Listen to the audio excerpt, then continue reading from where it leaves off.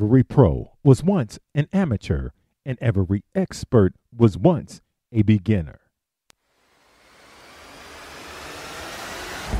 Welcome to the DYA Network, where we're on a mission to bring you essential resources and cutting-edge information to help young athletes attain their maximum potential while developing the champion within. I'm your host, David Edwards, and welcome to the network.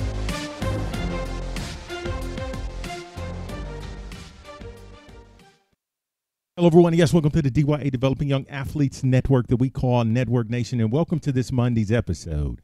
Now, today I wanted to bring you something I had mentioned on Friday's Athlete Tip of the Week, that this week there's something we want to release, something that we've been doing. We want to reveal this to you, kind of looking behind the curtain of our organization and what we're about. I'm going to break some things down. This is more information I'm providing on what we're releasing, but I have something at the end of this that you can do with young athletes at home that ties into what we will be presenting to you, that will be coming the end of this week, going into this weekend.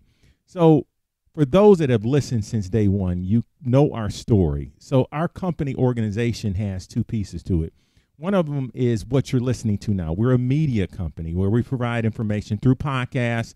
We also have a website, and we're looking to expand into other areas through media where we can offer you information and resources. For example, through the podcast, we try to provide information through guests that we have on our show so you can link to. And if you haven't with these episodes, feel free for these guests. The reason that I asked them at the end of the show to leave information is so you can connect with them. That's what we're about. How can we motivate, educate, and inspire? And I'm going to highlight that word today, educate, because that's one of the key components that I really am transitioning to with our organization, is just not the content through podcasts, but also things that you can do now. Let it be you a parent, a coach, trainer, anyone working with young athletes. That's the piece I'm going over, what we're doing now for you. But we've been doing this as far as boots on the ground or traveling with other organizations that we have helped to develop. The other piece that I just mentioned, what we do, is we create athletic and life skill building programs to improve athlete development. We have collaborations with other organizations with that, but we create programs and workshops from kindergarten to 10th grade.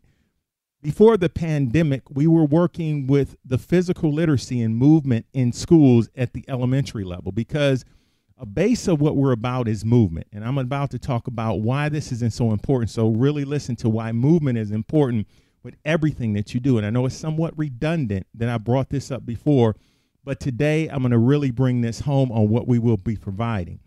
Now, a lot of the workshops that we deal with at the young age, as I mentioned before, especially at the elementary, you're looking at 4th grade and younger, we're teaching more of the fundamental movements, getting involved, fun, movement, and creative play, where they're having fun doing things, and where we're creating those programs to work with schools and organizations to help kids get involved. As they get older, as I mentioned on previous episodes, it's important that they understand movement first, and we can get more focused on more athletic skill building specifically. So one thing that we're doing now, because physical development is based upon what we focus on with physical development, is movement efficiency and coordination skills. I want everyone to think of a pyramid. And I didn't come up with this analogy, but it's a great one. When you look at a pyramid, the base of the pyramid, the height or the peak of it is only as high as the base is long or wide. And so at the base of working with young athletes, you really want to improve their movement efficiency and their coordination skills, because off of that, you can build everything else. But if that foundation is not there, then guess what? You're building a foundation that can't go to a higher peak. At the top of this peak is where I look at specific skills. Let it be whatever your sport is. But if you don't start off with these things here, you're building your house on mud. You're building a foundation that can't go high. You're limiting the optimal performance of an athlete. And what we want to do is educate what that is. So what we'll be releasing is, we have a library of actual training and exercises that we break down our 3 W's with, that are age appropriate from kindergarten to 10th grade. So for our library, for example, one thing that is very important that you understand what is a movement. For example, one thing that we are certified in is a couple of things. One thing is fundamental movement skills. And at the pro level, they use it. We're FMS certified, level 1. So sometimes I deal with organizations where we go out and we'll look at movement efficiency and screening. Because if a child can't go through a movement pattern, let's say, for example, a squat, well, then that is like a building block for everything. If we look at an athletic stance, or if we look at a person jumping a spike of volleyball, or a jump ball in basketball, or a squat position in baseball, all of those are the beginning stages of a pattern that moves that begins with the initial stage of a primitive movement pattern we do that is a squat. So with screening a squat, for example, it identifies a lot of things. It let me know if they have any kind of compensatory patterns, if they lack mobility or motor control, if there's pain, and we can build off of that. We will be providing things in those areas that you as parents and a lot of you coaches out there, especially you younger coaches, you can do at home right now. I'm excited about the library that we will be bringing out with these videos because we want to bring you things that can not only just show you, but educate you.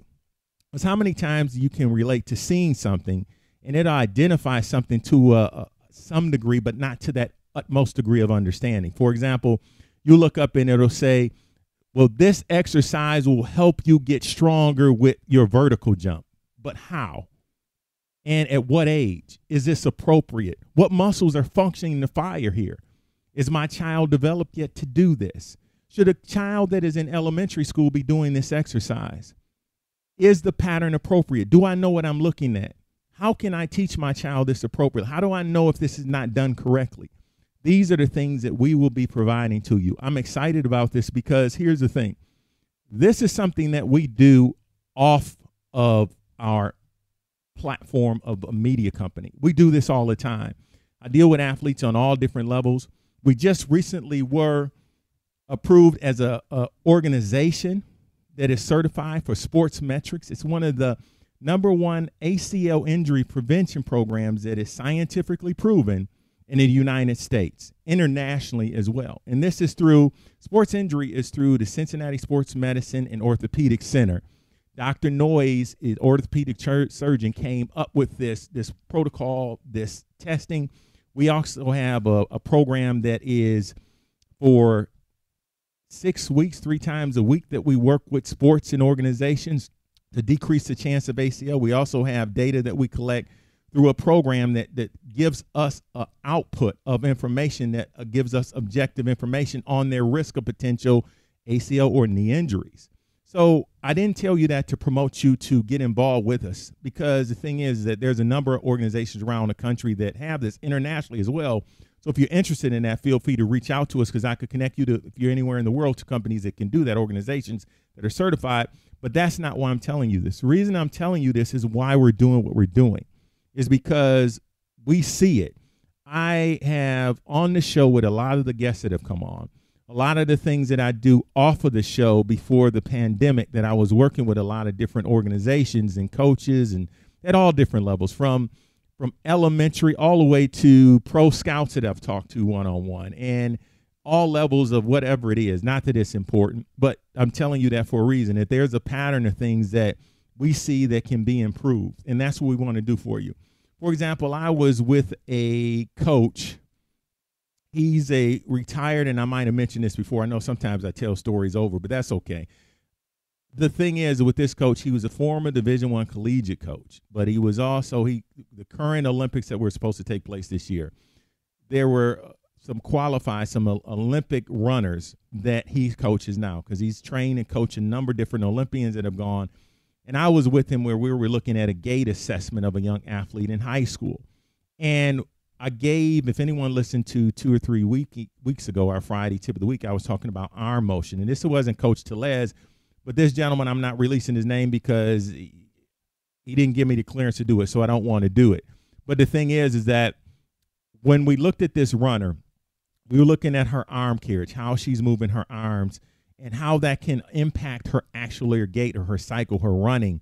And she was a 100, 200 meter, 400 meter runner in high school. And she was pointing out to us, well, this is the way my coach told me to run. And I'm looking at her, and he looks at me, And he said, you see, these are the things here. That's not correct technique. And it's no taking anything away from coaches at the younger level because we're doing what we can do. But after we sat down and talked for 30 minutes, we talked about a number of areas that he was mentioning to me with his years of experience, what he's seen, things that can improve. And so what we're doing is, my point is this too, no one builds or develops an athlete alone. We don't, that's why we're bringing the resources. But the areas where we feel that we are strong at, we're going to provide that information to you. I'm excited about this because if you look at certain things right now that you're trying to identify, we want to identify that better. Like I said, at the end of this, I'm going to point out a test for you to do at home, something fun that you can do with all athletes. So the end of this week, we will be releasing some videos. They will be on our website. We also have our channel on YouTube that we have now that we will be releasing that on. So stay tuned for this Friday as we start releasing these videos. And the thing is this, we have an open opportunity to communicate with us. We always have that open channel of communication. Any questions, anything you have in relations to what we're releasing, we don't understand, I don't understand the movement or what's being explained. Can you help? Is there more literature you can provide? Is there additional information you could give us on this here? My child is challenged in these areas. Shoot us an email. Let us know. We will reply. We will follow up on that. It's a lot of things we're doing right now that we're excited about. And this is right now, my whole thing is this. I tell people this all the time, is that when we look at technology, we're an international organization right now. We're literally reaching out to organizations and people around the world that listen to our podcast. Years ago, we couldn't do it. So my point is, how do we use this as value add for you? Because I wish this was here when I was younger. And this is just not me. This is a lot of coaches and parents and everyone who tells me this. We want to use it for the young athlete development. A movement library of exercises that can help the young athlete develop.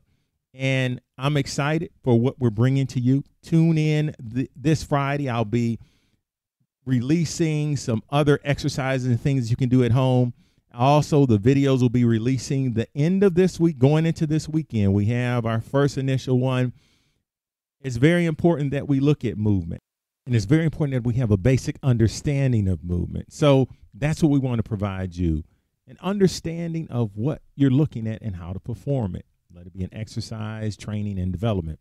Now, here goes something I want to provide at the end, a little exercise that you can do at home with the young athlete. This is a simple calf raise. So if you have a step or a stair at home, what you want to do is stand off of that with the ball of the foot on the stair, on the step, and you're going to drop the heel. They're doing what's called a heel raise. They call it calf raise. Here's the thing. I want them to do this on single leg, unilateral, not bilateral. They're going to take starting with the left or right leg. They're going to drop their heel as far as they can, and they're going to come up on the ball of their foot as high as they can.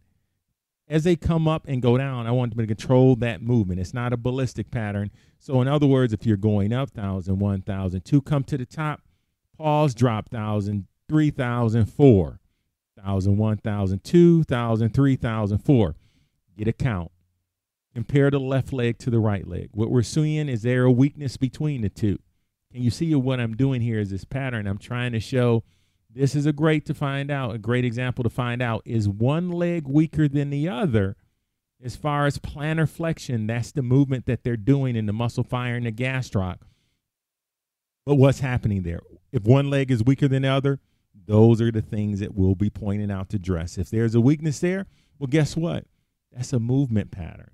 That's also dealing with strength with that pattern.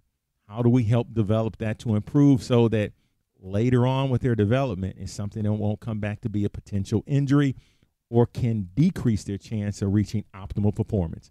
The goal with this exercise is a set of 20 per leg.